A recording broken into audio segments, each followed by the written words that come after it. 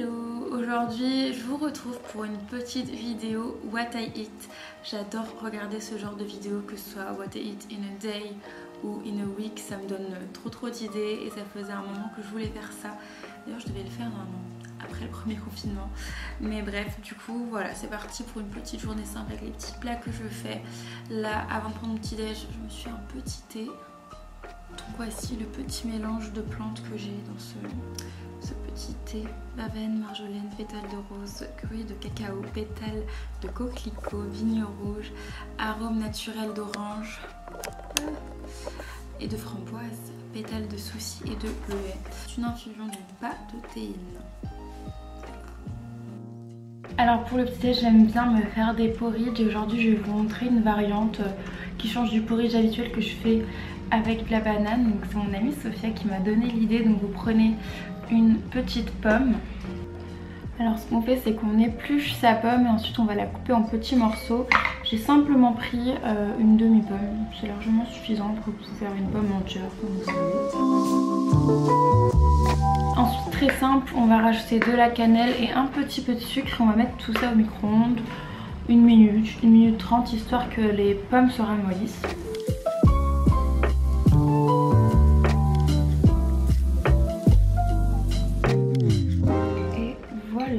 Petites pommes. On va maintenant rajouter des graines de chia. Je mets 3 à 4 cuillères de flocons d'avoine. Et on rajoute le lait. Donc pour le porridge, j'aime beaucoup le lait de noisette.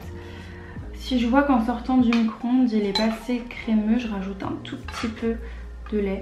Donc là, je mélange le tout et on va remettre tout ça au micro-ondes. Je sais plus combien de temps je mets. 1 minute 40 je crois, ou 2 minutes, je sais plus. C'est prêt. Voilà, petit porridge est prêt, c'est trop bon. En plus, ce qui est cool avec le porridge, c'est que vraiment ça cale de fou. Et après voilà, selon vos envies, vous pouvez mettre de la banane, des pommes. C'est vrai que moi au printemps j'aimais grave mettre des fruits rouges, même cet été. Mais là j'en ai pas, on va faire des courses après. Vous pouvez mettre du chocolat aussi. Thomas c'est ce qu'il a fait. Thomas il s'est fait un porridge banane chocolat. Trop bon. Moi j'aime trop quand il est fondant, crémeux comme ça. Dingue. Bon, on va sortir acheter quelques petites choses et j'avais envie d'un petit snack. Un petit carré de chocolat. De base je n'aime absolument pas le chocolat, je suis pas du tout chocolat, mais Patrick Roger, incroyable.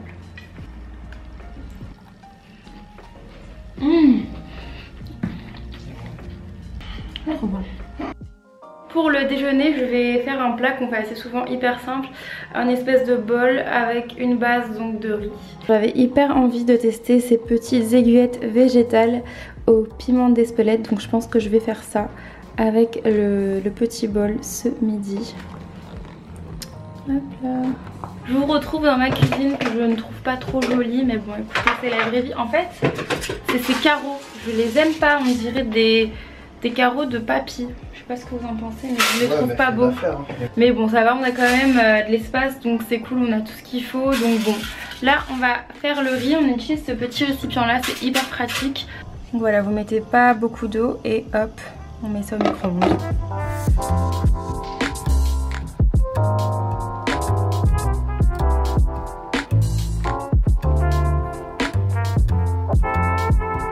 Le riz est presque prêt au micro-ondes, j'ai fini de tout couper.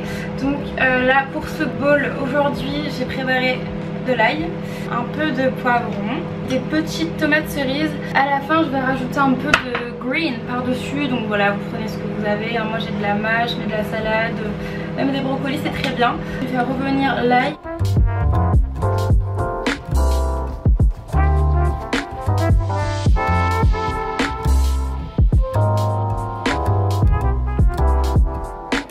Je vais mettre directement les petites aiguillettes végétales sur la poêle. Faut juste, qu'est-ce qu'ils disent? Ils disent qu'il faut les faire dorer dans une poêle pendant 5 minutes seulement. J'ai trop hâte de goûter.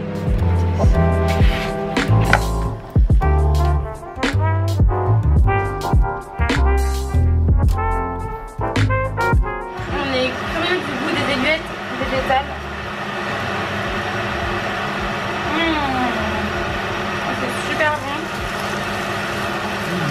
pour la planète. Au niveau du goût, tu sens limite pas la différence. Plus au niveau de la texture que tu sens que c'est pas vraiment du poulet, mais dans le goût c'est parfait.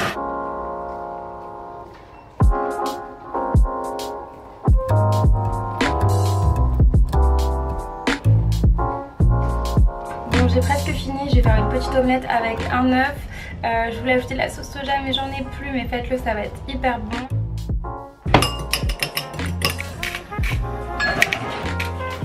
Oh, j'ai mis trop de paprika. Oh, j'ai mis de la cannelle. J'ai voulu faire la meuf qui allait trop vite. J'ai mis de la cannelle dans mon omelette. Ça se mange? On va pas jeter l'œuf quand même. Du coup, je mets plus de paprika que de cannelle. Bon, j'espère que cette omelette cannelle.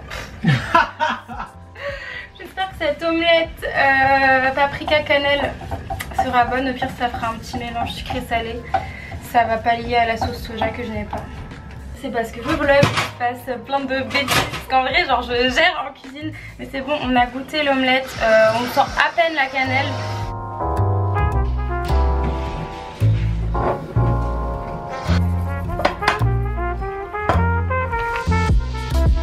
Bon, voilà. Pour le dessert, petit yaourt Lacoppe que j'aime énormément. Je ne prends que ça comme yaourt. Donc au lait de coco, sans sucre ajouté et 100% végétal, vraiment trop bon. Regardez la petite texture, un peu crémeuse. Les gars, j'ai encore oublié ma tasse de thé pour la énième fois. Je crois que ça m'arrive tous les jours, j'étais trop focus sur autre chose. Il est 17h34, j'ai très envie de faire un crumble. En fait, depuis le début du confinement, j'ai trop envie d'en faire un. Et j'attendais de filmer cette petite vidéo What I Eat pour vous partager en même temps ma recette updatée. Alors je vous dis updatée parce que il y a déjà la recette du crumble sur ma chaîne YouTube. C'est ma recette signature depuis des années. C'est juste que cette vidéo de la recette du crumble, déjà elle date. C'était quand j'habitais à LA. Et tu sais, les vieilles vidéos, je peux pas. Oh, les musiques et tout. Mais bon, le goût est là, la passion et l'amour pour les crumbles sont toujours présents aujourd'hui. Donc ce qu'on va faire maintenant. Et j'ai très envie aussi de prendre un bubble tea à côté.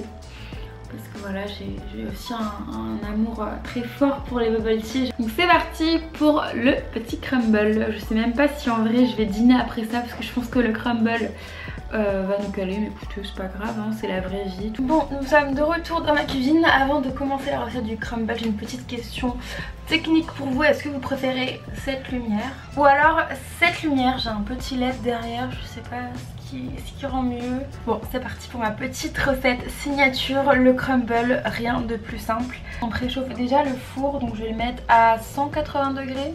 Vous commencez par prendre vos fruits, donc moi en général c'est des pommes et des poires. Là j'ai plus de poires, donc il y aura juste 3 pommes et demie. La pomme du porridge c'était une moitié, donc voilà, c'est pour ça que j'ai 3 pommes et demie que je coupe en petits morceaux. Et ensuite pour le crumble, donc c'est très facile, juste de la farine, du beurre, du sucre et de la cannelle que vous mettez un peu partout. Ça paraît c'est selon vos goûts. Je vous avoue qu'à force de faire des crumbles, je fais tout en fait à vue d'œil.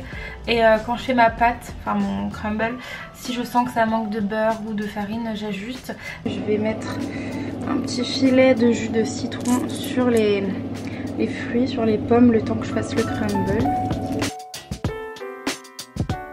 Un truc hyper important, vous goûtez un petit bout du crumble pour savoir si ça vous va en fait niveau goût. Comme ça vous savez un peu à quoi vous attendre.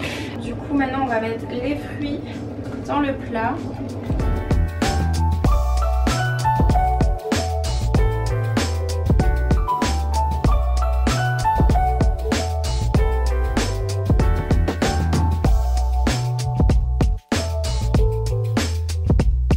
Regardez-moi cette petite beauté. J'ai mis un peu de sel à la fin. Et on a un peu de chantilly et des bubble tea.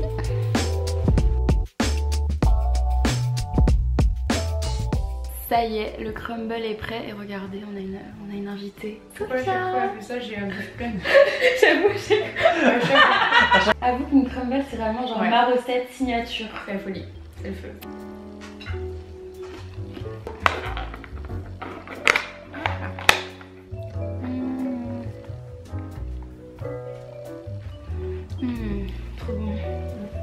La chantilly fait la diff. Ouais, ça se marie bien avec.